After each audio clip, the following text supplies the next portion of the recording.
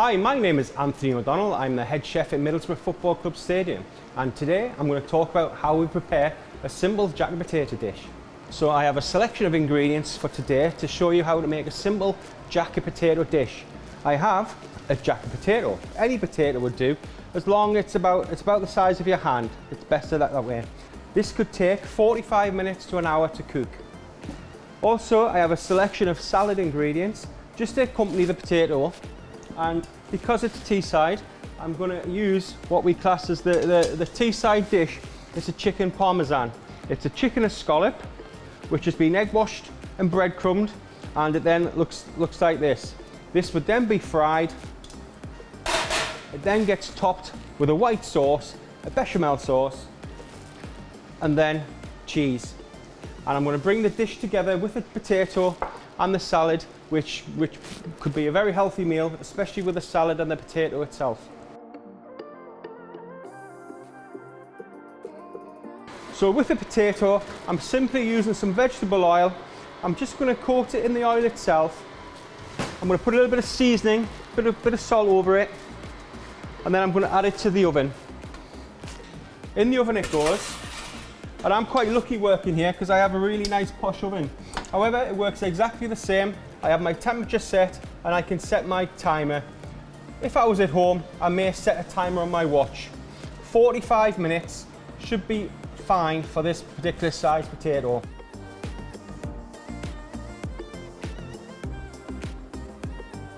So the next step, I'm going to put the ingredients together to make the salad. It's important when you're using a knife that you keep your fingers out of the way. It's nothing worse than cutting yourself. You could ask an adult to help at this point. So whenever you're using a knife, be careful to keep your other hand out of the way. So I'm just using a very slow chopping action to cut through this lettuce. This lettuce is also, it's called iceberg lettuce. I use iceberg because it stays very crisp and it's very refreshing when you eat it. I'm not cutting it too thick, it's quite thin. Turn it around and I'm just going to cut through once more, and you can see it's what I would class as shredded lettuce. It didn't take too long, and as I said earlier on, I've already pre-washed all the ingredients anyway. You'd wash the lettuce just in case you had any natural insects which would occur. Next, I'm using red onion. I like to use red onion because it's a lot sweeter than a normal onion, and when you eat it raw, it isn't as strong on your breath. So I like to try and keep it nice and thin again. And don't worry about speed. You haven't got to go very fast, okay? I can go a lot faster than this, but no doubt I'll cut myself on camera. So I'm just going nice and slow. In that goes two. And the cucumber. You might see I've removed the seeds from the cucumber. I like doing this because the seeds contain a lot of water. And if I was to cut this cucumber, put it in the salad, then put it in the fridge for an hour or two, it would make the salad very damp. So I like to remove the seeds, and then I just, same again, a very slow motion, cut through the cucumber. Just till I've got enough, I would suggest, just for this salad. I'm only making enough for 3 to 4 portions here. Makes a change because of the football club. I'm normally making 1,000 portions. So what I do is the same again. This time I have yellow pepper. I like to use the yellow pepper because it brings a bit of sweetness to the salad. And obviously the crunch too. And I bring that bit of red pepper in. I haven't got tomatoes. I don't like tomatoes, so I try and use red pepper for the colour instead of tomatoes. But you can put any tomato. You could put cherry tomatoes in, you could put beef tomatoes in. And this is just a selection of ingredients. When you make salad, you can put a lot of different ingredients in. You could put grated carrot, you could put spinach through it, and obviously the salad is where you're going to be getting your vitamins, which is good for you. So there, it's about 4 or 5 ingredients which I've put in there. I will just gently mix it together, and you can see the colours. It makes it quite appetising.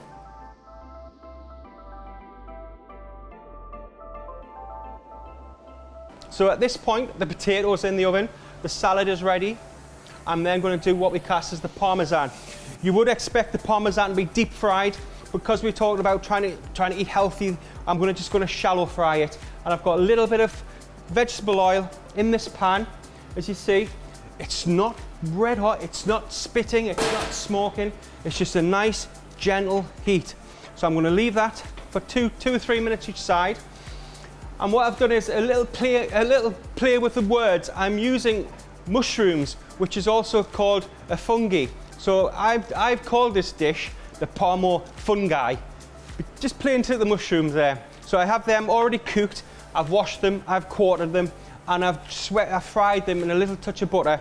And they're already cooked there. So I've got this chicken cooking gently. It's had about a minute and a half frying on one side. As you can see there, it's nice and golden. I'm going to repeat that process on the other side too. In the meantime, I have a tray, just an oven tray, with some non-stick paper. I use that because at the football club we have trays which can be used for several tasks. So what I do is I put some greaseproof paper on the bottom and it stops the chicken sticking to the tray. When I'm happy that they've golden on both sides, I'm going to take the chicken out. At this point, the chicken is not cooked. It needs to go in the oven to finish cooking.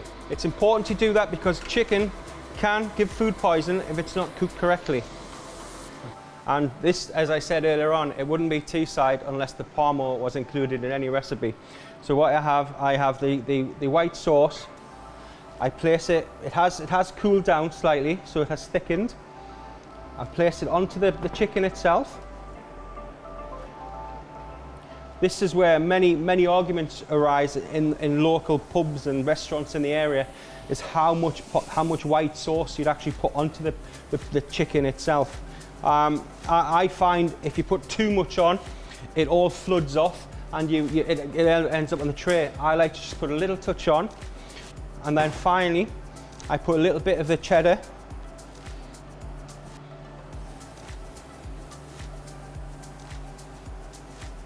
At this point, you could do anything on this. You could put pepperoni on it. You could put chili. As you see, the Parmesan is now ready for the oven. At this point, I turn the oven up to 230 degrees Celsius. I want the chicken to cook, obviously.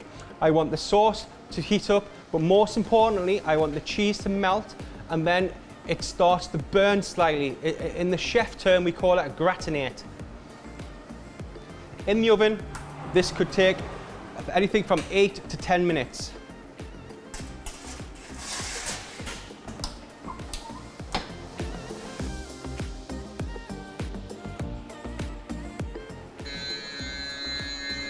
So that is the 45 minutes up.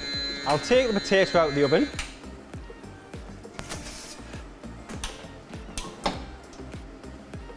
And as you can see, the potato, it's got a nice crisp skin, but if I were to squeeze it really hard, it would break up in my hands. So I'm going to place that potato onto a serving plate. And with the knife, I'm just going to cut the potato itself. It's important that you be careful with this. You can either use an oven glove or you can ask a parent to do this. Cut through the potato, and I like to squeeze it gently just to push it up, just for presentation purposes only, really. To help give the potato flavour, I've got a small piece of butter. I'm just going to place the butter into the potato, and what you'll find is it'll start to melt. I'm going to then put some salad, just for presentation purposes, obviously, make it look a little bit nice. I'm going to put the nice bits of colour on the top. You've spent all that time cutting the salad, you may as well put the nice pieces on the top. And as we've already said, it wouldn't be Teesside if the Parmo didn't appear. So the Parmesan has had time in the oven. As you can see, the cheese nice and crisp, and it's got a nice golden colour.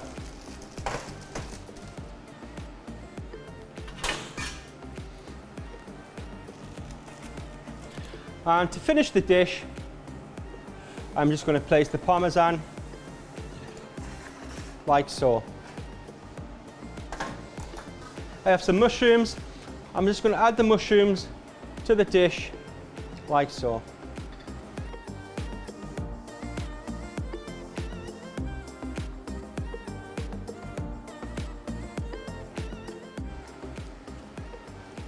There you are, my finished dish.